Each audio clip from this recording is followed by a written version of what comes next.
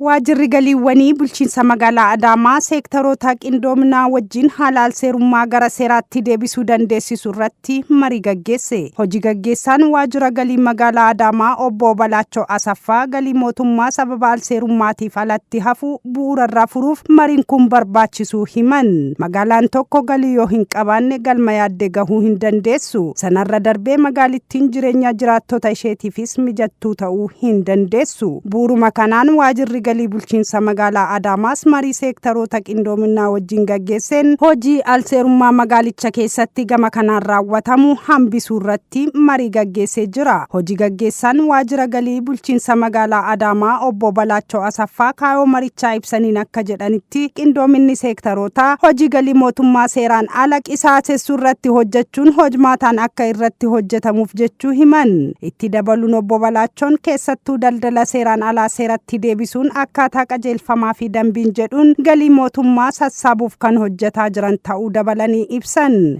Kaayyoo waltajjii kana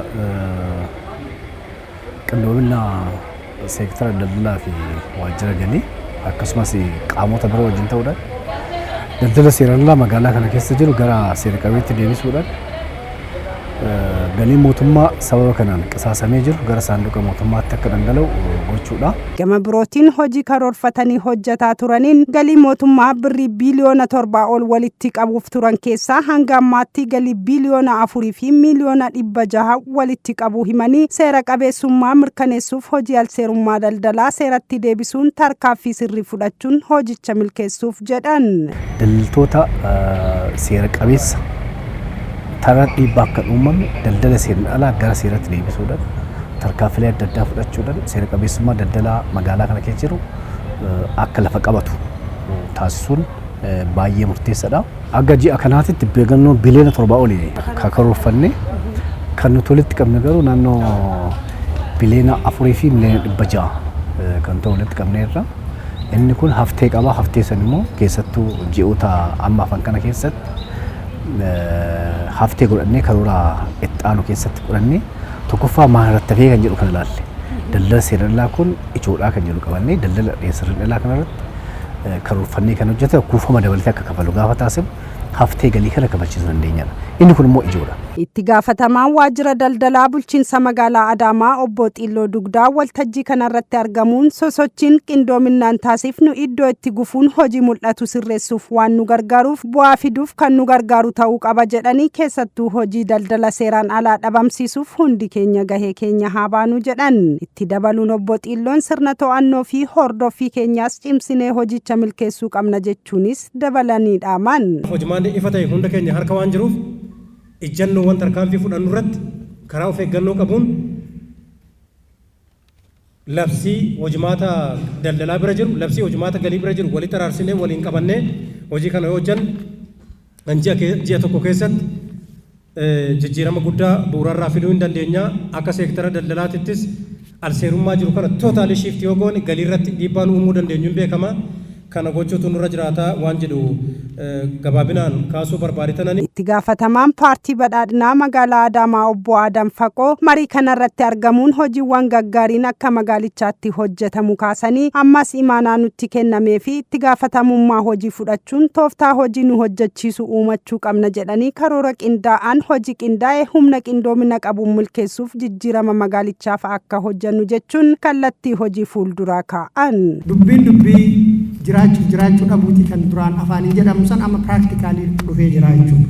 So kanaaf hojii kana sirriitti kutannoo guddaadhaan karoora cimaa qopheessine qabuu qabna geggeessuu qabnaadha.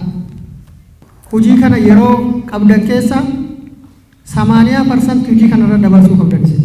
80% ofitti hojii kana sirriitti kana jechuun ganama sirriitti qorachuu bobbaasu galgala laalu tiimiin koree qindeessituu adda qoodate supparvaayizii gochuu zoonii keessa bobbaa'isan keessaa kan bilisa baasan jirre kana jechuu adda baasan ilaalu. Hirmaattonni waltajjichaa kanneen yaada kennan xiiqii fi qindoominaan hojicha milkeessuuf qophiidha jedhanii kana gochuuf haala duraan baratamerraa gochaan caalmatti agarsiisuun hundaa ol kan nu onnachiisuudha jedhan. Raawwii galii keenya yoo qorannu kufaatii qorichaa turre hin beektu. Kan immoo maddi isaa maalii kan jedhamu adda ba'aa dhufee jira. Tokkoffaan akkuma amma isin kaastan daldala seera alaa yookiin warroota bilisaan magaalaa kana keessatti kaapitaalistii ta'an to'achuu dadhabuu jechuudha. Warra faayidaa hin malle argachaa mootummaa galii isaa xiqqeessan misooma uummataatti gufuu ta'an to'achuu karaatti galchuu seera qabeessatti fiduu murteessaa ta'uusaa haala kanaan nu dhiyeessuu keessanii baay'ee galatoomaa jecha. Kanaaf xiiqomnee qindoomnee akkamitti galii keenya jijjiiruu dandeenya kan jedhu nama jiru kana keessatti xiiqii uumuun haala kanaan karoora qopheessuun baay'ee gaariidha. Duula ji'a tokkoo qopheessuunis baay'ee murteessaadha. Guyyaa salkan isoo hojjenne waan jennu kana caalmana waa achiif gochuu hin dandeenya jechuudha. Bira gahuu murteessaadha. Namni halkan laslaasaa bishaan mallaqa meeqatti gurgura yoo jenne hin beekama jechuudha. Hin beekama. Isaan biras gahuu qabnaa jechuudha. Kanaaf sadarkaa saniin waan keenya erga hojjenne sirriitti hojjennee bal'ifachuu qabnaa jechuudha. Bobaa keenya hunda isaa yoo geenye waa fiduu hin danda'ama. Karoora keenyallee hanga tokko sochoosuu hin dandeenya. Wanti dhiyaate baay'ee gaariidha.